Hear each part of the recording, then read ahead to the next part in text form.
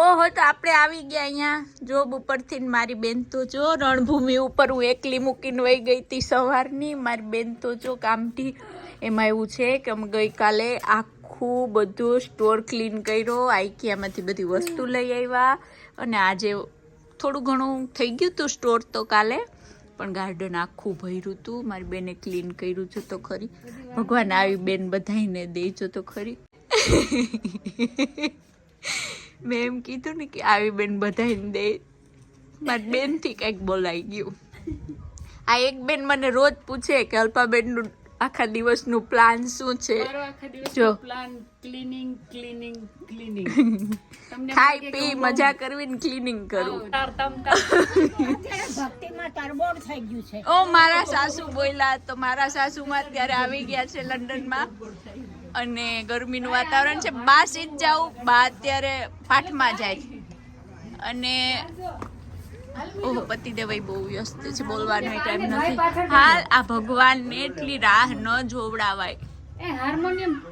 નારાયણ જો, નારાયણના દર્શન. આજે સેટરડે છે અને પાઠ છે અમારા સોનલબેન ને ત્યાં. ભાઈ જય શ્રી કૃષ્ણ. બહુ સરસ. ભાઈ બા અલ્પાબેન બધા પાઠમાં જાય છે. હું નથી જવાની, સોરી સોનલબેન, હું નહીં આવી શકું. આ બે જા હાલ આગળ. ભગવાનને લઈ લે દીકા, કેમ કે મારે જવાનું છે, બારે જવાનું છે. હા, અમારા જયદત્તની કારમાં ફર્સ્ટ ટાઈમ અમારા નારાયણ બિરાજમાન થયા છે.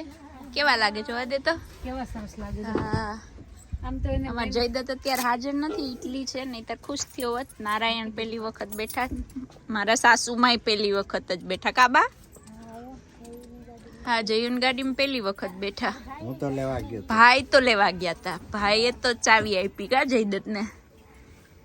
જયું ખુશ થઈ જતા છે. વાતાવરણ મસ્ત છે આજે લંડનનું. ચાલો, માતાજી આવી ગયા, લક્ષ્મીજી આવી ગયા. અલ્પાબેનના કાનમાં કંઈક કહે છે કે ભારતીનું ધ્યાન રાખજે, એમ કહે છે. ચિંતા નહીં કરતી, હું તારી સાથે જ છું. હજી એક સદસ્ય ઘટે. મહર્ષિ ક્યાં ભાઈ? અહીંયા મારો દીકરો રેડી થઈ ગયો પાઠમાં જવા માટે થઈને. હોલીડે પડી ગઈ છે 10 દિવસની. હવે મહેશ્વરભાઈને મજા છે, પાણીની બોટલ હારે લઈને. ગરમી છે ને. હા બેન બોલ. આને છે ને કોને છે ને? મારા ઘરવાળા જ જો ગાડી શીખવાડે છે. એ બસ હાલો.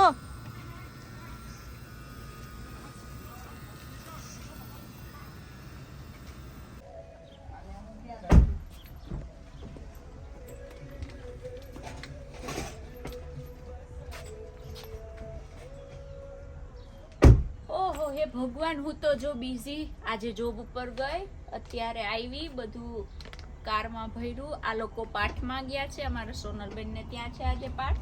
પતિદેવ રેડી થઈ ગયા. પતિદેવ હસતા હસતા જાય. હું બોલું તો બધાને હસવું જ આવે.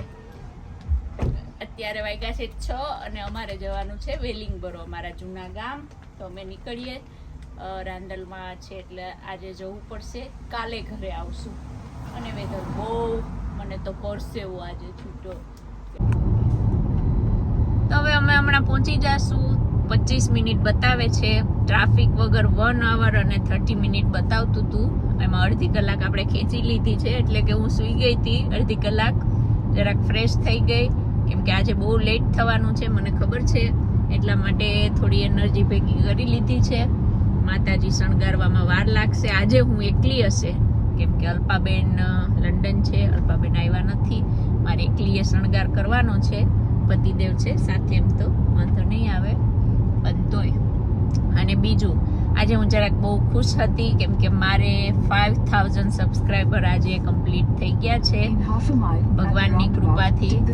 અને આ બેનને તો વચ્ચે બોલવું જ પડશે. એમાં એવું છે કે મેં હમણાં જે અમારો પાટોત્સવનો વિડીયો હતો એ વ્લોગ મૂક્યો મેં, તો મને લાગે એક દિવસમાં 40,000 માણસોએ વ્લોગ જોયો છે. તો એના માટે બધાને થેન્ક યુ. અને હું ઇન્ડિયા ગઈ હતી ત્યારે પણ બધા અમારા સગાવાલાએ બહુ બધાએ કીધું કે અમે તારા વિડીયો જોઈએ છે, અમને બહુ ગમે છે. તો બધાનો ધન્યવાદ, થેન્ક યુ. અને પાટોત્સવમાં કેટલા માણસો મળ્યા મને, જેને હું ઓળખતી નથી, ફર્સ્ટ ટાઈમ જોયા. બધા કહેતા હતા અમે તમારા વ્લોગ જોઈએ છે. તો જે પણ રેગ્યુલર વ્લોગ જોતા હોય એ બધાને થેન્ક યુ. અને બેન આડા આડા બોલશે પણ ભલે બોલે, તો આવી જ રીતે સપોર્ટ કરતા રહેજો મારા વ્લોગને. અને ગમે તો લાઈક કરજો અને બીજાને પણ શેર કરજો. અને જો લંડનનું આ સમર ચાલુ થઈ ગયો છે, કેટલું સરસ ગ્રીનરી દેખાય છે. આ બધા ઝાડવા ઠૂઠા હોય બિચારા વિન્ટરમાં. અત્યારે એકદમ લીલુંછમ થઈ ગયું છે યુકે, એકદમ ઝાડવાઓ ખીલી ઉઠ્યા છે. અત્યારે સમરમાં 8:30 વાગે સૂર્યાસ્ત થાય, તો હજી 8:30 નથી વાગ્યા.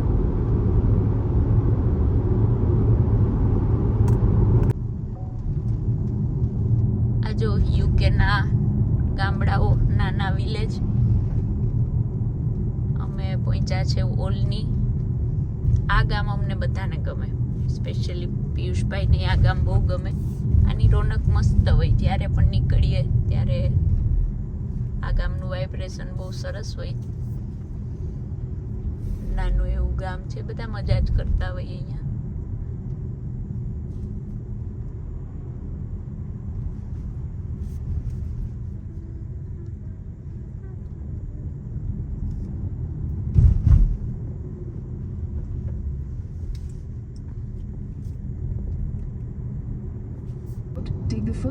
અમે વેલિંગબોરોમાં પ્રવેશ કરી ચૂક્યા છે. અમારું જૂનું ગામ, ઘણી બધી યાદીઓ સાથે.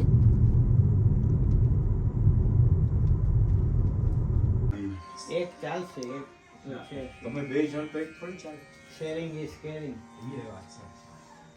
ગામમાં જે ગોરન માતાજીના દર્શન આજના. Thank you.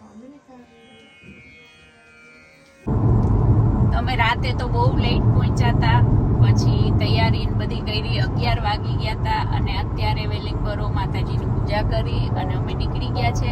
આજે પતિદેવ થોડા વધારે પડતા બિઝી છે, 3 જગ્યાએ એને જવાનું છે, એટલે ડ્રાઇવિંગ સીટ ઉપર આજે હું આવી ગઈ છું. આખો દિવસ મારે ડ્રાઇવિંગ કરવાનું છે. 10 વાગે ઘરે પહોંચશું, આઈ થિંક 9:30-10. તો અહીંયાથી વેલિંગબોરોથી અમારે 1.5 કલાકનો રસ્તો છે, ત્યાં પાછી પૂજા કરવા જવાની છે. એટલે ચાલો, સરસ વેધર છે, 30 ડિગ્રી છે, ઉનાળો આવી ગયો લંડનમાં. બહુ સરસ સરસ ગામડાઓ વચ્ચે આવે છે. બધાએ સાયકલિંગ કરે ને કોઈ દોડે ને કોઈ બાઇક હંકાવે ને બહુ સરસ અદ્ભુત વાતાવરણ છે ગામડાનું. કોઈ મને પૂછતું હતું કે યુકેના ગામડા કેવા હોય. જો યુકેના ગામડાઓ આવા હોય, એમ કે ગામડાઓ એટલે સાવ ગામડા ન હોય, ફૂલ ફેસિલિટી સાથેના ગામડા હોય. આમાં મને તો બહુ ગમતું. વેલિંગબોરો અમે રહેતા ને એ નાનું ગામ હતું, પણ બધું આમ વોકિંગ ડિસ્ટન્સ, બધું ચાલીને તમે જઈ શકો. કાર ન હોય તોય વાંધો ના આવે. અને જો આ કેટલું સરસ છે ગામ. કયું ગામ આવ્યું એ ખબર નથી, પણ સરસ છે.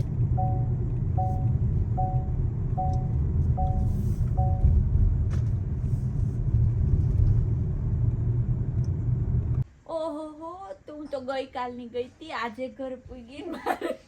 મારે વગર મારી બેન તો જો મારી બેન હવે થાકીને ટેન થઈ ગઈ. જો તો હું કર્યું બેન આજે કહેવા દે તો હાલ તો મારી બેન આજે મારી બેનનો અડધો પોણો ટાઈમ ગાર્ડનમાં જ વીતે. એમાં આજ તો હું નથી. બોલ બેન બોલ. તો કાલે નથી લ્યો, 2 દીથી તો એમ જ કે હું ગઈ કાલની ગઈ હતી. હું 5 કલાક ડ્રાઇવિંગ કરીને આવી. અત્યારે હજી પાછું કાલ જવાનું છે ઉત્થાપન કરવા. જો ત્યાં 8:45 વાગ્યા. કોઈને લાગે 8:45 થયા? લાગે જ તને 8:45 થયા? 8:45 થઈ ગયા. જો મને ગાર્ડન નો શોખ છે ને, એટલે બધા ઝાડવા ટ્રીમ કર્યા, ક્લીન કર્યું. મારી બેને લીમડો ખેરવી નાખ્યો મારો. ઈ ઉગશે આમ સરસ. જો લીમડો ખેરાઈ ગયો, એટલે હું પોતે ખેરાઈ ગઈ. લીમડાનું વિટામિન ડી ઓછું મળતું હતું ને, એટલે ખરી ગયા છે. તો ચાલો, આજનો વિડીયો બહુ લાંબો છે નહીં, પણ આજનો વ્લોગ ગમે તો લાઈક કરજો, શેર કરજો, સબસ્ક્રાઇબ કરજો.